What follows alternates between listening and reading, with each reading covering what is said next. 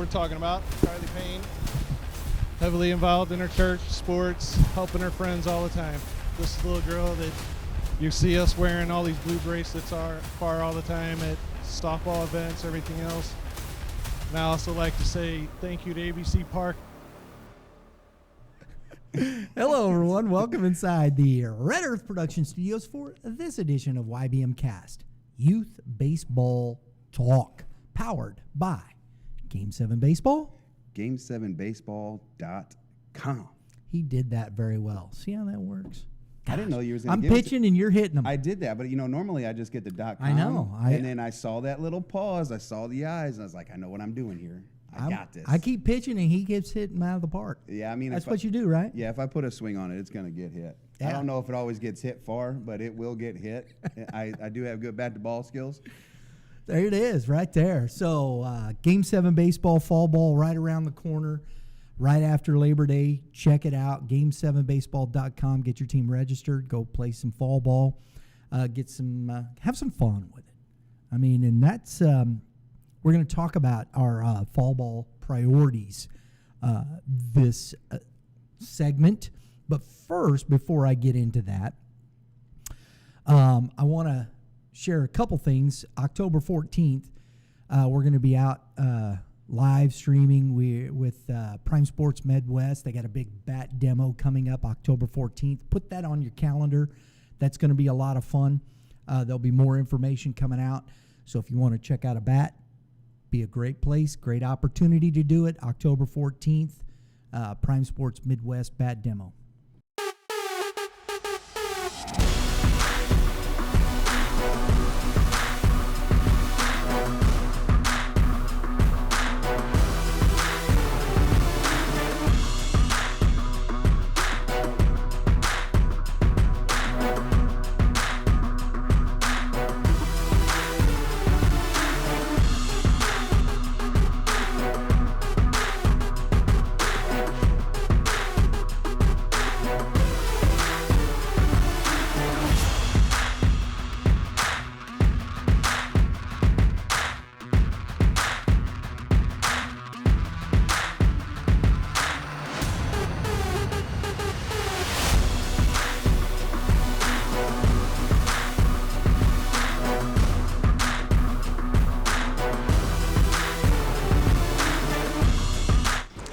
So we opened up in 2019, and basically there was a void in the area. I mean, we saw that there was an opportunity to have a retail store where people could come in and actually touch and feel the tangible object that they're buying.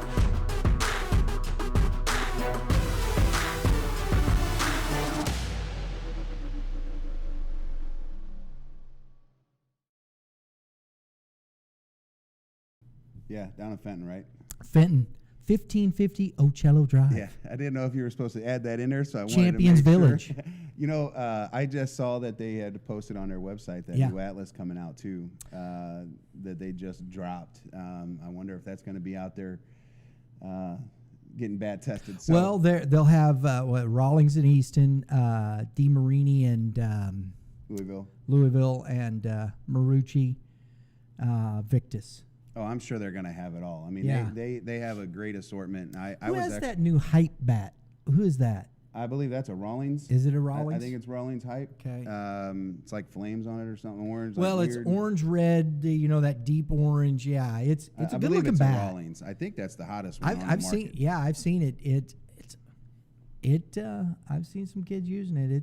It's got a little spring to it. I still swing a wood bat these days because they have like 33.5s. They make weird random wood sizes, and so I could still keep that -2. So I get to still swing a 31, but I can't swing a 34 because of my age anymore. So that 33.5 is magic. It was so funny. To the next point here, we're going to talk a little bit about our St. Louis Youth Sports Outreach Home Run Derby. Cool shirts. Huh? Highlighter pink, man. I will tell you one thing. Billy loves his highlighter colors, man. If it ain't green, blue, or pink. Oh, I know, man. I don't look good in any of them. I'm about as pale and as orange as you can be. So I try to put on that pink shirt. He gave me a pink shirt one time. I was like, can I get a dark blue You know, please. I look like a beluga whale that got sunburned or something. Oh, mercy, man. You know So, what a beluga whale nonetheless, looks like, yeah, don't I you? do. Okay. So, nonetheless, C.J. Thomas was out there, and he swings this. He's swinging a 34. I think it was a Marucci Cat something. Last year's champ for the cop side, Sam Riley, who played ball. We're out there, and he's talking. Goes, hey, let me see that. And he's like, 34. And Sam's like, dang. He says, man, I swing a 32 till I was forever. He goes, 34. What do you swing? My goodness. And that's true. Some of these kids, I mean, he's swinging a 34. Swinging at 34, that's a big bat. It's a man's bat. I'm always interested in, this may come down to hitting philosophies and stuff like that. So I'm sure if, people out there are different, but Sure. They always tell me like, hey, smaller bat, faster hands and all these things. And I'm just like, we have to be able to swing the bat to begin with. Like, I don't know that a 34, 31 is really that different than a 33, 30 when you're talking about a kid that's 6 foot and he's 200 pounds. I don't think a 120-pound 5'10" guy should be swinging that bat because I think the bat would swing him. But Right. I try to tell kids all the time, even on the softball side, like, why aren't we swinging -8s by the time we get into high school? Why are we so infatuated with these lesser weights so that we can be faster? Like, that's not what's creating the speed of the hands. It's the mechanic of the swing. So I don't know. I hope I said that correctly and what I was trying to, the picture I was trying to depict there. But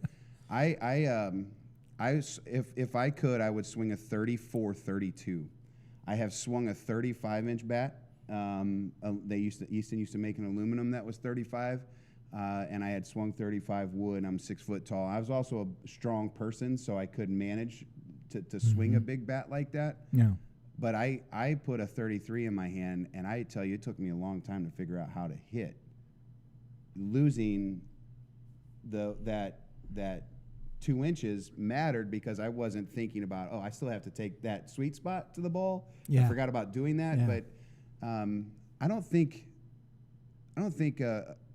like a Carson Ramos. I think he's a kid that can swing a 34. Yeah, he's a big He's kid. a thick kid. Yeah, a strong kid. Carson Yeah. McCaleb, Titus Sissel. Those guys, or Norfleet, he might because he's tall. But, those Right, guys I I could think see should that. be swinging 34s. And they still stick Even to that, these 32s and 33s. And I'm thinking, man, this ain't Barry Bonds choking up. But even Barry Bonds had swung a bigger bat than people thought. Yeah, his always looked a little small. Yeah. I always but thought. people always thought he was at a 32. And I think at times he had used a bigger bat than that. And just, once he got older. Choked up on it a maybe, little bit, yeah. Yeah, I it can see becomes that. a toothpick, but Yeah. I don't know. So if you want Swing to, what feels though, good. if you want to check out a bat, 34s, whatever the case may be, check it out. Bat demo, Prime Sports Midwest, October 14th, guys. Put it on your I calendar. can't say enough good stuff about Rick. They do a heck of a job down there. I talked to him this morning for 20 minutes, and he was doing everything he could to help me out in the situation. So go down there and see him because not only do they have that, but they have batting gloves and jerseys. Oh, you yeah, can get it's from a them, store. too. It's a store. So, absolutely. Good stuff. Well, just because I literally That's had a all right. conversation with That's him this good. morning, and I was like, I just appreciate his willingness, even though he's slammed right now with fall orders. He was willing to try to help me out with something. So It's good to be local. yeah, because that's true. And I know that there's some other local spots here, but I've had the luxury of being able to deal with him. And then once you build connections, and they're good ones and they're good people, you tend to just stick with it, even though maybe you can get a little cheaper if you go elsewhere. I still would pay a couple dollars more on a top just to deal with the customer service that I get from those guys down there. So Very it's good. the same thing I feel about Game 7. That's why I push my group to play for him, is because I think Dave does a heck of a job on his customer service. There it is. So, we got to talk about what happened at the Home Run Derby.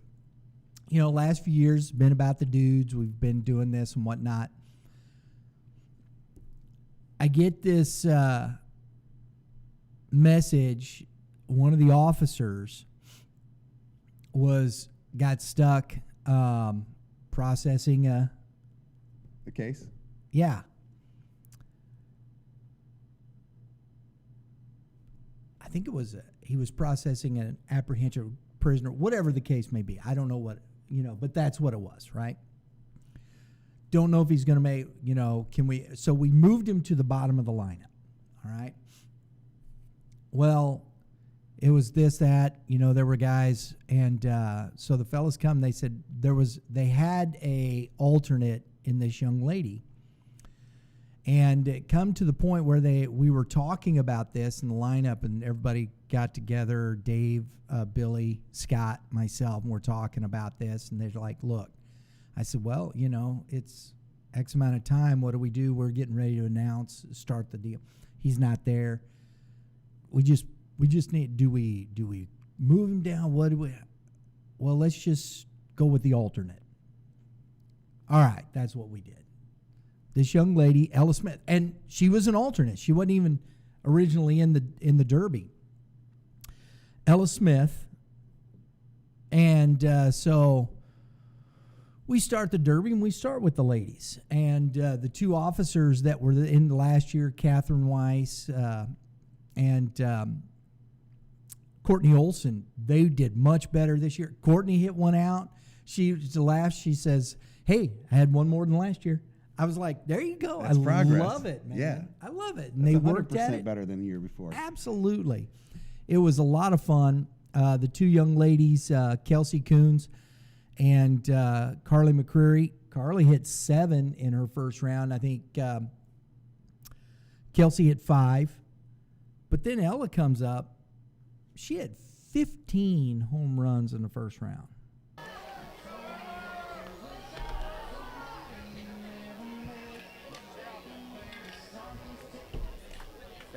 Go, ball, go! Here she goes. She's picking up where she left off, guys. Yeah, good tip. That's 4 in a row.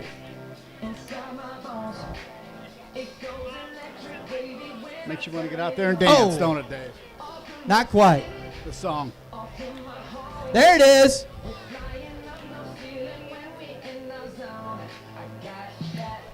This Deep. girl is a machine, man. Isn't that what they call Pujols, the machine? I Right? call it a good pickup. My goodness.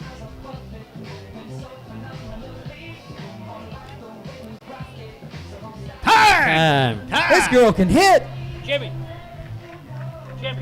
where are you sitting at right now? 11? 11? Sitting at 11. No. Yeah. It's going to be tough to beat, Gotta be proud Will. of your young lady out here, right? Yeah, she's good. Absolutely.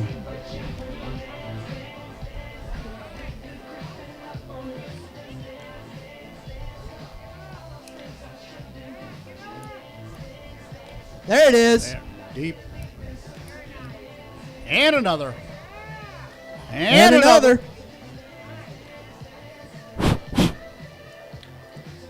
Oh! Yes, Oh! both of them made it. My goodness. Putting on a show. Oh! Come on, folks. Get Come on, Ella. Oh, my goodness.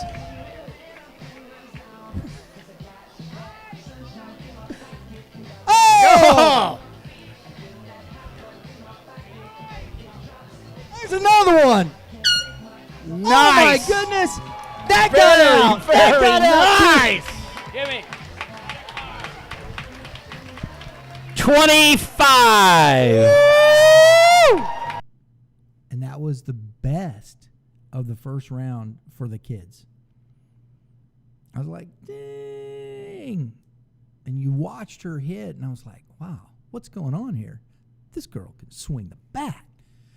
So we had some 13. We had some of the guys putting some good numbers up. Will Brown got to the final against Ella. And but in the second round, Ella hit 25. I was like, it's getting real. Yeah. It's getting real. She was out doing everybody. It's putting a lot of pressure on those dudes, man. I'm like, you guys got to swing it, bro. And I don't care. It's interesting because the ladies, it doesn't really matter.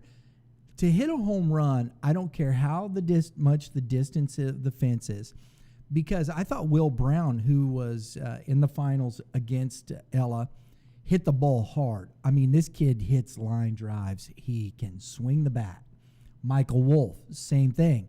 He was trying to elevate and just kept popping up because they're used to hitting a lot of line drives. Well, the guys that kind of stayed in that were able to get home runs out, and Will was hitting double digits, but most of them were just line drives because it's 200-foot fence, which is fine. We want the home runs. I love it. 200-foot fence. I don't care. It's still hard to hit a home run at 200 feet. Yeah, you'd be shocked. It is. I'm watching all this. I've seen it because elevate and celebrate, baby, right? Well, it's not slow pitch either, No. so it's a different projection, that's trajectory, I should say, projection. I said projection. But anyways, trajectory getting to the, getting to you over the top. I'm assuming baseball was over the top. I didn't get a chance to watch. I was out of town. And so it's different, and it's a ball that's working downward, and you got to get behind it to elevate that baseball. And so get the backspin, right? To get what you want out of them line drives. And even as a guy that hit my fair share of home runs in games, I am not a big derby guy. Like, I don't do a great job because I try to focus more on hitting the ball hard, and I don't try to sit back a little bit to try to get that elevation, and so I end up screwing myself into the ground with the derby approach. And that's what I saw. I saw a lot of these guys really trying to do what you said and ended up popping a lot of balls up and not because or hooking them or whatever. That's right. And you're not used to it. So it's more difficult than what people think it is, no matter the distance of the fence. Yeah. We bring that distance up because we want to give the it's for fun. It's the community. Yeah. It's the fun of it. But I mean, Ella was just, that girl can elevate. She just, wow. She has good bat to ball skills and hits the ball out in front of her. Yeah. And that's how you're gonna hit them out. And she does. And it was so interesting as I'm talking to her through the confidence in this young lady. It was so fun talking to her. She hit 21 in the next round and 19 in the final swing off against Sam Riley, the champ for the Cop side. She had a total of 80 home runs in that derby. And I bet on a regulation fence, because you'd said this earlier prior to the show, probably 40 had gone over that easily 200-foot easily fence. And maybe more. I wasn't paying, but I mean, she was hitting the ball hard and far and just consistent. I nicknamed her. She's got a new nickname, Ella, and she knows this. I told her there. She is the machine. Because, I mean, it was just bing, bing, bing, bing, bing. She did 5, 6, 7 in a row. And then maybe missed one a little short. And then just bing, bing, bing. I'm like, what the heck is going on? It was impressive. And so it'll be fun. I found out she's made the varsity squad at Liberty High School. As a freshman. As a freshman. Yeah. And it was funny because the guys were talking, this girl's not. I said, that's a freshman like you guys, fellas. What? 5'10", lanky, and hat backwards. And can swing it. I think she had her inner Griffey going on or something. Oh, Did she hit with her hat backwards too? I know that she took some pictures with her hat backwards on. So she hit with her hat backwards. That's kind of cool. I don't even know if she knows who King Griffey Jr. is, but this is sure our dad does. It's our third year, and we had this young lady win it. I thought was so cool, man. Representing softball, these ladies, they work hard, and softball. We had some, and Kelsey Coons, Carly McCreary, Ella Smith, all three of these young ladies are tremendous athletes. They're really good athletes. Great kids too. Yes. And that's the big picture. Yep. Is because you can see them all being successful at the next level, which may not be sports, but I'm talking about life. Yep. Because they have some good head on their shoulders. You know what I mean? It's like just the having conversations with some of those kids. I've known Ella for a while now. Mm-hmm. I know Dave. I went to high school with her dad. And so I've seen her grow, and I've seen her have tough breaks, if you will.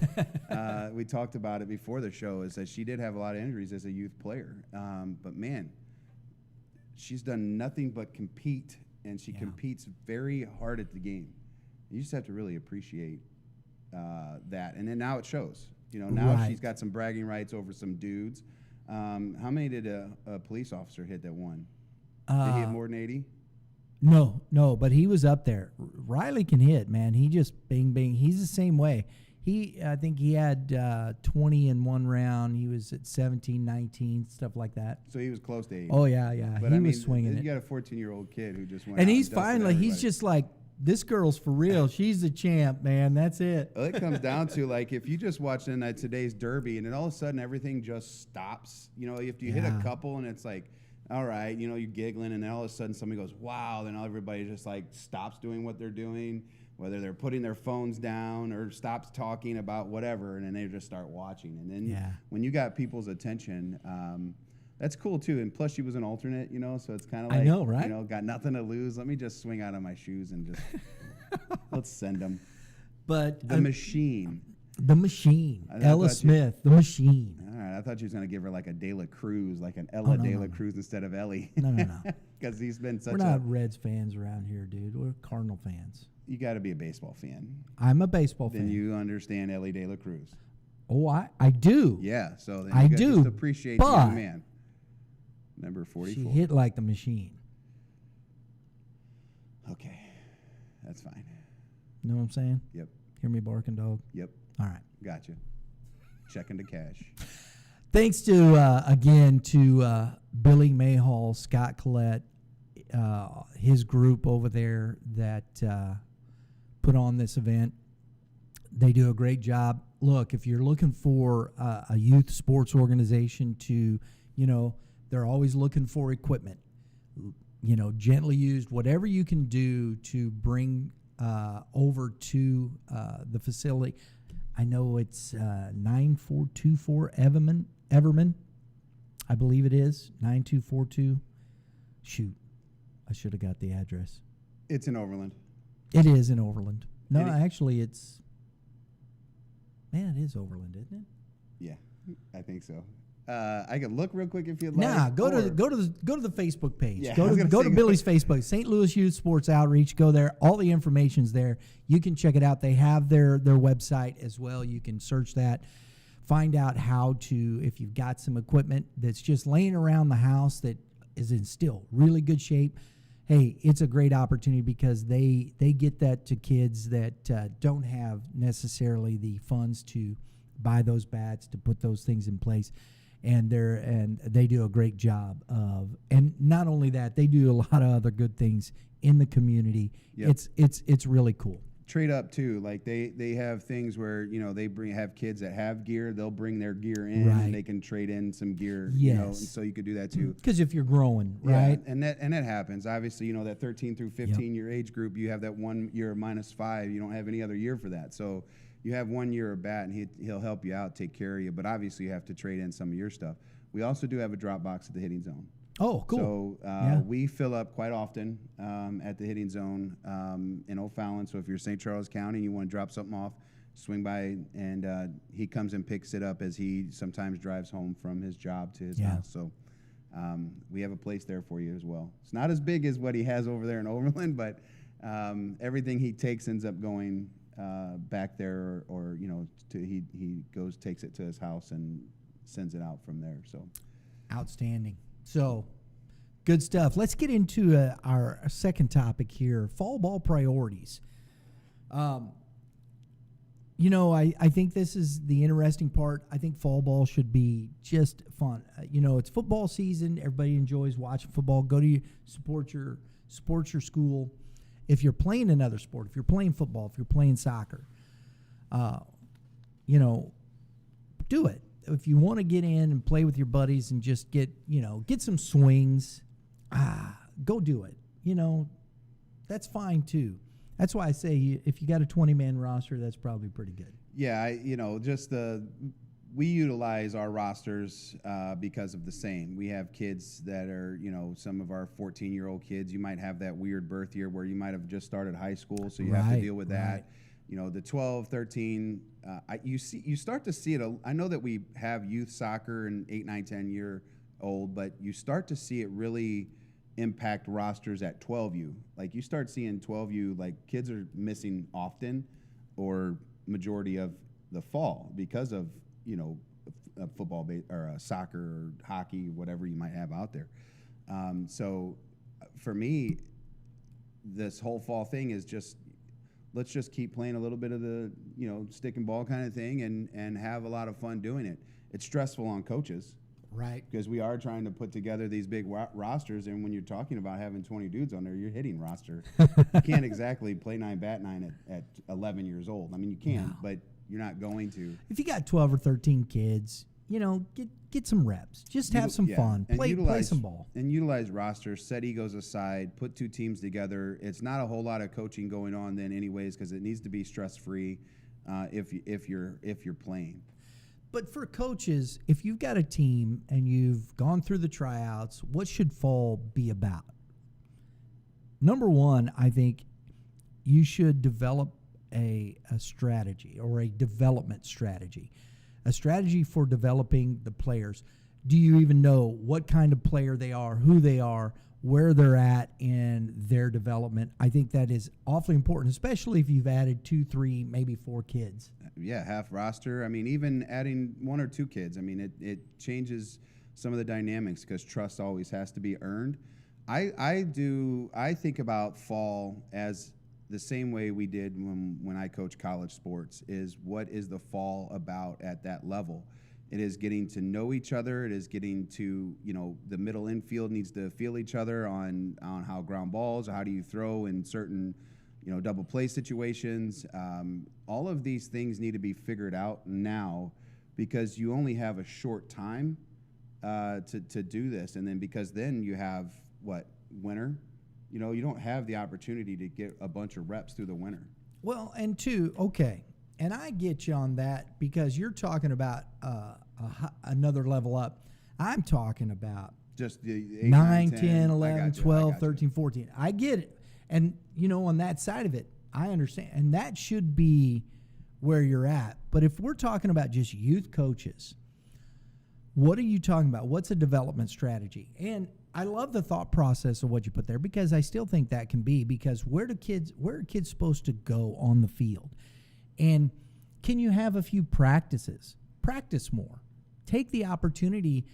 Do the kids know what a double cut is? Do they know where to go on a cut? Do they know how to line up? What are my challenges that I'm facing with a 10U squad coming out of 9U? What are my challenges? I brought a couple kids on, as you like you say, that says, you know, that I don't know. If I'm practicing, I can kind of see, even if you do similar, you know, scrimmage type things where you bring a couple of kids up and they hit, you got your field, you can watch and see how they move on the field. Take notes. Do those types of things. Find out what the kids have learned over the summer.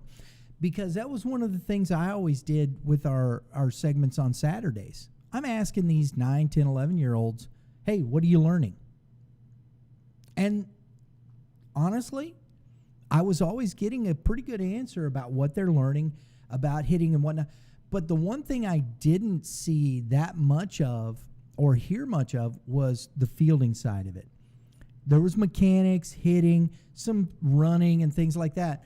But I think that, to me, defensively is a huge opportunity in the fall to really create that opportunity. We are focusing on that in our group this year more than we have in the past, where, you know, we've had kind of maybe the hitting day practice and the fielding day practice. We are actually doing fielding as a priority over everything else right now.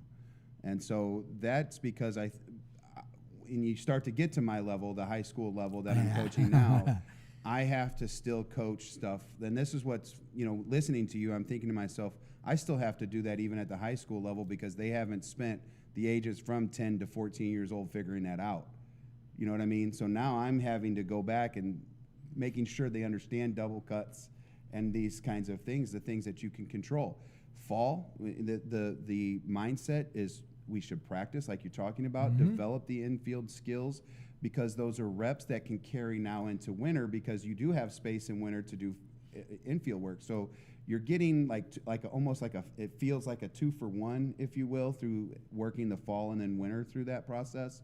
And then if you have the luxury of calling up another team, or you have teams in your organization that are like skilled, you can scrimmage. And the best thing about fall scrimmages is any scrimmage really amongst the inter squad stuff, is you can stop. Yes. When there's a situation that's a one-off, you can have the conversation. We're building that IQ up. You can't do that in a game. No.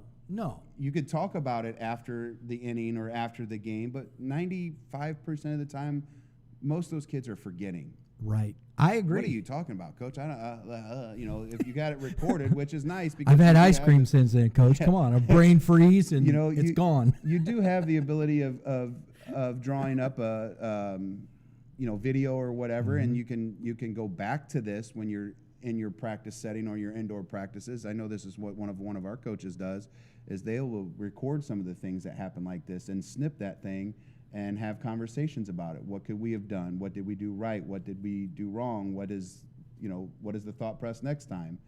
And you can, again, it's building to something bigger down the road, and you don't have to stop at just our start at 12U. It could be at 8 years old. Kids, I don't know if anybody watched the KidCast on Sunday Night Baseball on ESPN. They had kids doing the game because it was a Little League World Series. Yeah. And they had the Phillies and Nationals game going on, and they had kids broadcasting. I think it was 2 college kids or 2, whatever. And then some of the kids were walking around the park interviewing people. I thought, man, that's this cool. young lady is super intelligent. They're stealing my idea.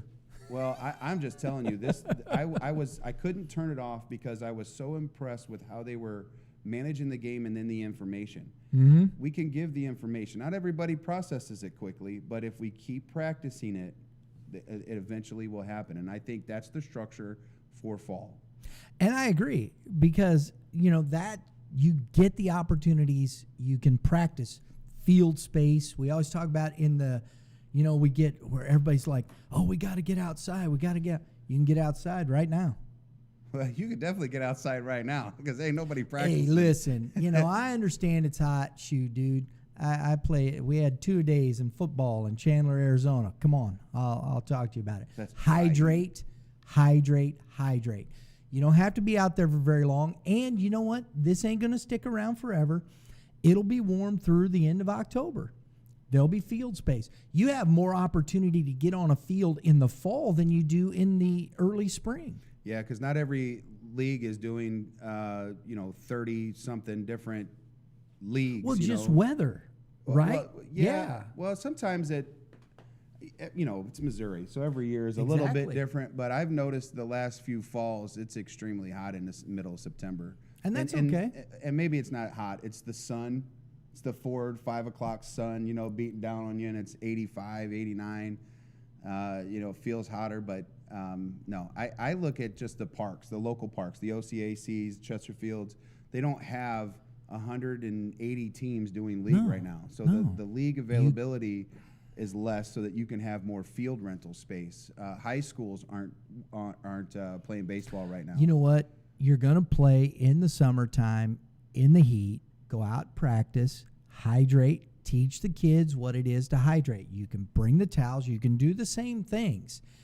You have to deal with it when you're playing baseball. It's a summer sport. I understand it's hot, and I'm not sitting here saying there isn't safety and all that, but do that. Hydrate. Learn how, because you're going to have to do that through the summer anyway. But this is the best time because you have, as you said, the most field space, availability. The weather, you're not dealing with weather issues near as much as you are in February and March and early April. Yes. That's just the nature of it. Right. You got frost on the ground and people trying to play it. You're going out to tournaments that are 32 degrees and you're like, why are we out here playing in this? Well, and then we go, oh, it's too hot.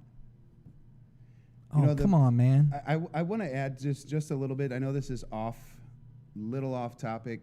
The turf, the turf heat is what a lot of people, because this got brought up yesterday on social media, and a lot of people are more upset about the temperatures of turf, not necessarily the outside temperatures, but the temperatures on turf that are leaving blisters on feet and things like this. And here we are.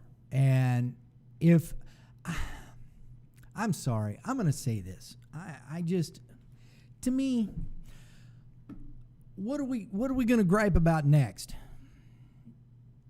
What are we going to gripe about next, man? I mean, we got to have turf because, we get rained out, we can't play. Oh, the turf's killing us because we get nothing is going to ever be enough. Crying out loud, you got to pick one or the other. Yeah, and it's just the nature of it. So you have a fake surface. It radiates more heat. Yes, it does. Get it. So go back to natural surf. Well, the rain, we just get rained. Well, this is what it is. These are our choices. Pick one or the other because it is going to be one or the other. This is what we have to do. And I know, you can comment below. You can tell me what you think about it, but that's just the nature of it. We have to, at some point, just go and do, and that's what it is. Yeah, and this is where rosters to come in too. When you talk about having deeper rosters, if you have a kid that's struggling, you can have the ability to pull them out of the game. Because I understand the safety things. This is why high school baseball or Misha, for example, 105 heat index. If it's a 105, they shut practices down. You go until it's under 105, and so if it's 115, I understand that we do want to protect, especially the young kids. However, I just, like you said, at what point do we stop that? Because I always have these things like, we take our kids everywhere, right? Like as parents, I'm just saying in general, we take them everywhere we go. We might go over to a barbecue on a day like today because they have a swimming pool there. They're stepping their feet on concrete that's hot. Yeah. Hey, also the parents are having a few drinks. And you know what? And they're going to, they're just all of these things that, protect the kid. That's I get that. And you don't want parents, no kid to and have parents heat strokes. Parents are. We get it. I don't think that parents aren't protecting. It's not. But at some point, you can't have it both ways. It is one or the other. So we're going to have to deal with it in those respects. Yeah. So it's just what it is. I mean, I was in the Valley of the Sun in part of my high school. Played football there. Our 2 days were at 8 o'clock in the morning. It's when we started, and then we'd come back at 7 o'clock at night because of the heat. I understand. I get it, but you still got to. And it was still 7 o'clock. It was still hot. You just have to work around those things. I think that's hydrate. Yeah. Learn how to hydrate. Make sure you understand what that's about. And it's not all about Gatorade. Don't just sit around and drink Gatorade. And water. It's not the morning of, and it's not during. No, it has to be every days. day. Yeah. You cannot stop drinking water. It really any point, even in wintertime, just That's because correct. it's cold, it doesn't mean you shouldn't be drinking water. Hydrate. And I get it. I'm a huge this is what we are now, and it's interesting just in the topics of this. Why aren't we playing enough fall games, or why aren't we playing enough turf games these days, so that we don't get rained out? And here we are, just like you just said, when is enough enough?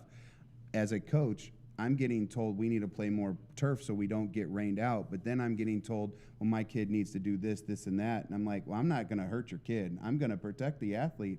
But you just literally, at the beginning of the season, told me we needed to play more turf, complained because we've been rained out on natural surfaces. Yeah. So you want me to spend more money? We want to pay more to play for turf because that's what has to happen. And now you're telling me that we shouldn't because it's too hot. And there we are. And listen, many of the high schools, it's where they're going to go to. You're seeing it. It's starting to the high school baseball fields are becoming. It was football first, baseball throughout. What would you call it? Scholastic sports. We'll put it that way because that involves high school and college. Yeah. Are non-revenuing sports. They're considered non-revenuing sports, although you pay to get into a college game. High school, you don't have to pay. Some. you do don't- it, Troy. Yeah. You don't have.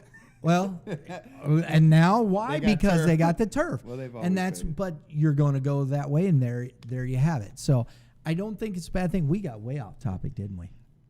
It's all. That's all right. It It's was fall. good. I loved it. Well, It's we're fall. playing on turf in the fall, and it happens Development to be fall ball, strategy. and yeah, because you're developing drinking, hydrating.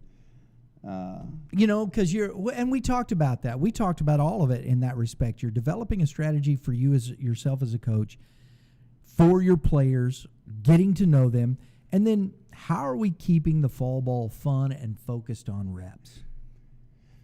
That's interesting topic because I do, when I played fall ball as a kid, and I had played, I think maybe 3 fall ball seasons, and I think that was like my middle school years. I don't know that I ever played fall ball in high school because I mostly played football, and I didn't want nothing else to think about. So I think like 6th, 7th, 8th grade is kind of when I played fall ball.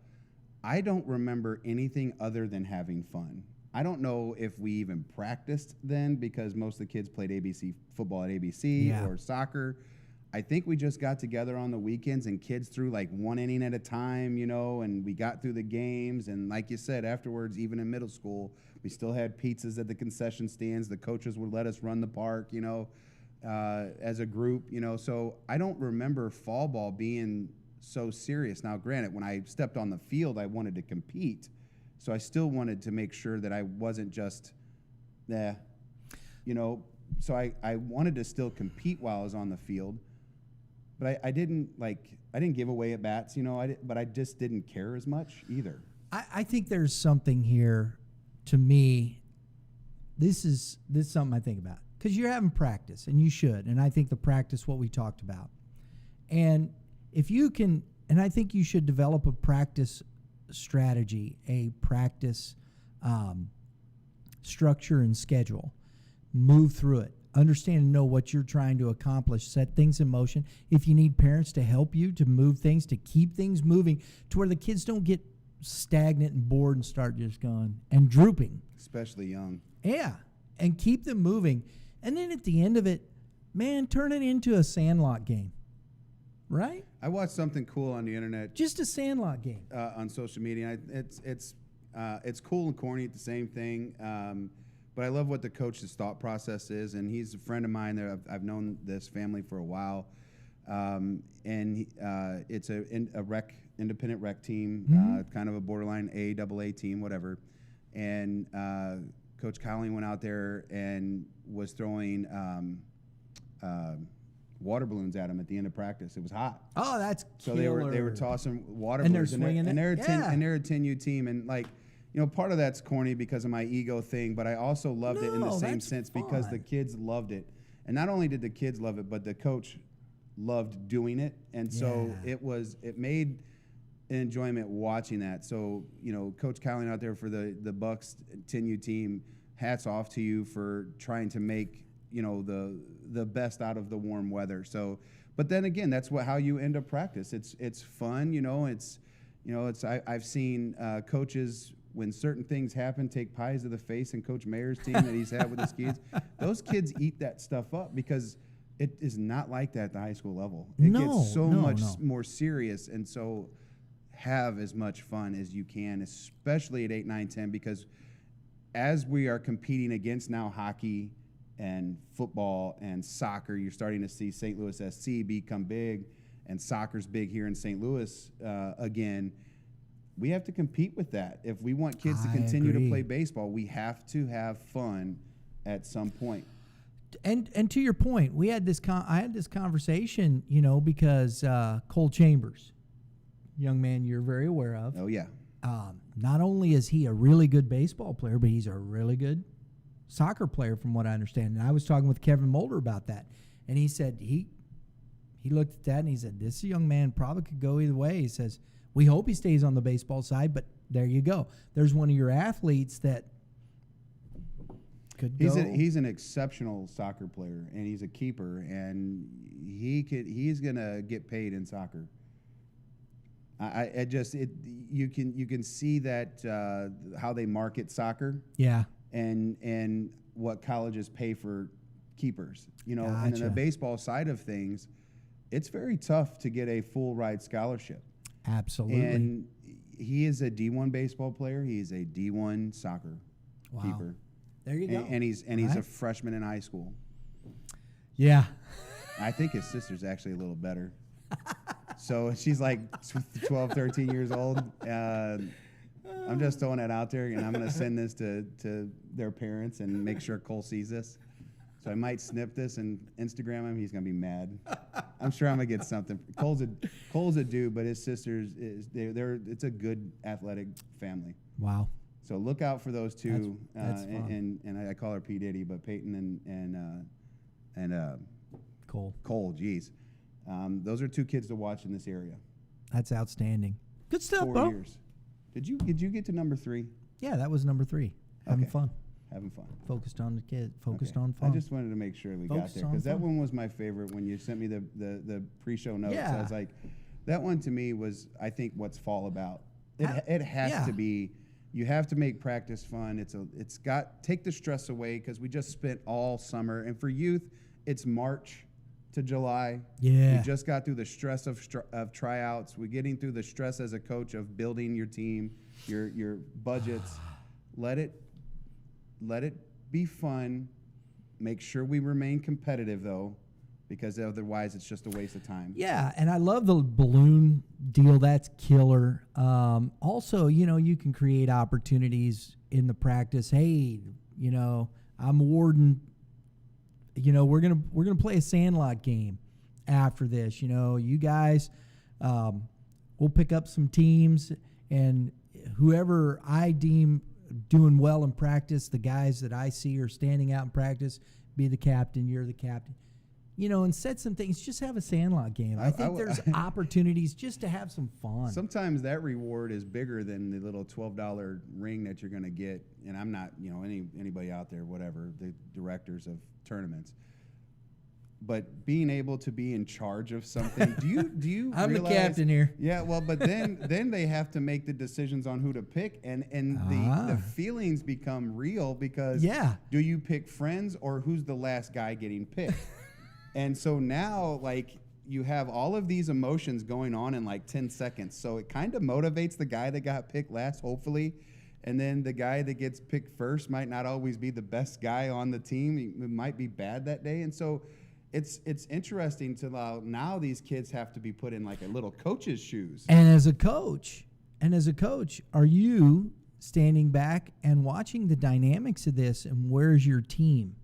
Oh, yeah. This is why I said that. I think it's a perfect opportunity. And I know people go, this is the psychological part of it, I think that's real. And, people go, oh, you don't want to put those kids in that position? Well, sure. No, you do. Why? Why not? It's hard. Because then it shows you, where your kids are. And then you can have some conversations later, and the one kid, I got picked last. Well, I don't think it's because you're a bad baseball player, but where are you at, developing relationships, all those things.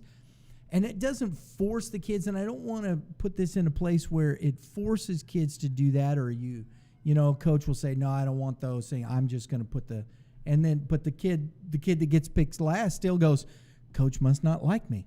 What's the difference? This is what I love about it, because I do this often, and I'll pull like the youngest kid versus the oldest kid if we practice 2 age groups together, whatever.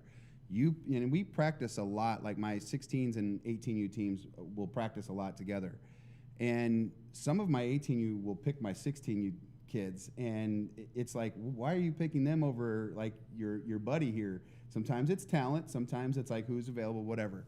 And I get a kick out of it because when I sit back, I'm watching kids' attitudes, like you just talked about. Yes. Like, who gets upset about not being picked? Right. And then I ask the questions, and when everything's done, I go, does this motivate you to not? And it's not always like even the kid's not even the worst player on the team or something like that. Right. It just might be that they don't fit the dynamics of the kid picking. And so for me, it's about coaching. Yes. Because I, as a coach, have to make these decisions every single time I make a roster. And sometimes a kid has to sit, and does that coach, whatever, dislike me, just like you talked about. Now it puts that pressure, and they get to see this. Can I tell though? I want to say this one last thing with this because I think this is really important. Coaches, make sure you talk to your families, the parents, because the parents will get all hurt and offended, and it's tragic that we do this. How come my son got picked last? Stop it. You're a grown adult. I can't tell you how many times I've been picked last, man. I'm telling you, stop. You're a grown adult. Talk to your child. Mom, I got picked last. Well, all right, but that doesn't mean you're bad. Keep working. You might get picked first the next time. Who was picking? Oh, John. Well, he probably had picked this guy probably first. friends with him. Yeah, you never know. And don't have that conversation. Just say, hey, look, just keep working. You're fine. Did you? And as a parent, go, well, how did you perform in the game? Well, I got 2 hits. Well, then who cares if you got picked last? Yeah, You thanks were for best. helping my team. Yeah. Okay, there you go. As adults, we need to take and help the child work through these things and do this. We don't need to get our feelings all hurt because why'd the coach let these kids pick? That just makes it bad. Stop it. I don't even know if you should even entertain the conversation as a parent. I'll be completely honest. I don't think it's a bad thing to do it, but just For what, but to though? Like, bring the child. But like I said, well, how'd you perform today? Did you do good? Well, yeah, then that should be. And Well, none of that trying even to- matters. well, even but- if he's bad. Well, but no. But you're trying to build the confidence in your own child, understanding that they give them the value and their worth within themselves. That's a conversation that probably had to happen 10 years ago. Well, maybe so, but maybe you're just learning about it now and you give the benefit Well, of the doubt. that's true, and I am part of this is because I was the fat, chubby kid that got picked last in every thing I did: kickball, tennis, basketball, baseball, football. Like I was always picked last on everything I did on the. This is like as a playing in the playground kind of thing.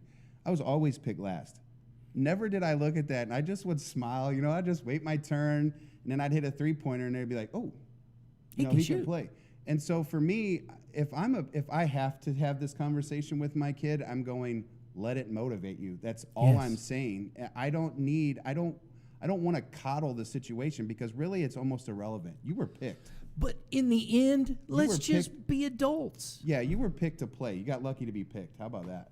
Be adults. Let's don't know. be the parents. That's all I got to say, bro. I did get to a certain point though. Be the parent. I did stopped getting picked last when I was like playing football. Well, and if you baseball. if you keep performing, all of a sudden it's like, hey, we want Johnny first. Yeah, isn't this the whole thing that we talk about, like 1% better every day? Like, Right. Isn't this like, okay, I got picked last, let me get better. Let me again, some of the things that we've done, like sometimes it's just athleticism. Yeah. They would look at me and go, "That's a fat kid. He's not going to be athletic. He can't jump. He can't do this. He can't run." Hey, give me the guy with a piece of pizza in his hand. Yeah, well, I guarantee I had some pizza and some Capri Suns. I had them little Kool-Aid jammers or whatever back in the day, and the popsicles. Oh yeah, I love bro. them things. They always would cut my mouth, but I love them little freeze pops. Who doesn't love Pizza, freeze pops, and Capri Suns. There's a reason I'm 300 pounds. ham Like from in the Sandlot? that's what I The thought great you were- Hambino. Yeah, Who well- doesn't love that kid? Red hair, freckles, catcher. Guess what? Probably picked last. Throw it again. He hits it out. They're throwing their gloves at him. He don't care, man. He's rounding the bases. Yeah. Told you, don't do it. I'm gonna hit it out. That is what I love. That's one thing I do love about this sport, is that it does not discriminate against anything. No. It like size, none of that matters in this sport. You have to be athletic. I'm not saying an athlete. You I have agree. to be athletic, but again, like I've played with guys 5'5", I've played with guys 6'5", I've played with guys 290, I've played with guys 140. And I'm telling you, man, don't sleep on it. don't get into your feelings about some of these stuff, and let's challenge these kids a little bit with being Absolutely. uncomfortable. Yeah. Because that's ultimately life. Yeah. And Yeah, you're gonna that's be in ultimately uncomfortable our sport. yeah. When the bases are loaded with one out and you're up a run, and you're a pitcher on a mound, you have to be comfortable with that. You cannot pucker, and that's remember the day that you got picked last, because that moment you'll be the hero if you get hopefully, Yeah. and you get out of it. You have to 50-50 shot. You either do or you don't. Ta-da, folks. there you go. That's our fall ball priorities. We appreciate you being with us. Hope you enjoyed it. Hope it helps you. Comment below. We got all kind of stuff there to comment about. So there you go. Appreciate it very much. Please do. I know the comment helps the algorithm. We do appreciate it. Maybe I should say this at the beginning, whatnot. Stick around always. And, we hope that it's helpful to you. Makes you think about stuff. That's the goal. My dog Mitchie, the kid over here. Appreciate it, bud. As always. Everybody, have a great day in the Lord. All you pitchers live in the K zone. Hitters? Bingers. Bingers? Yeah, that's what you did all this. Just bing, bing, bing. From the home run derby. So we're going with bingers today. Oh my goodness. Hit the subscribe button. Hit the binger next to it. We'll see you next time.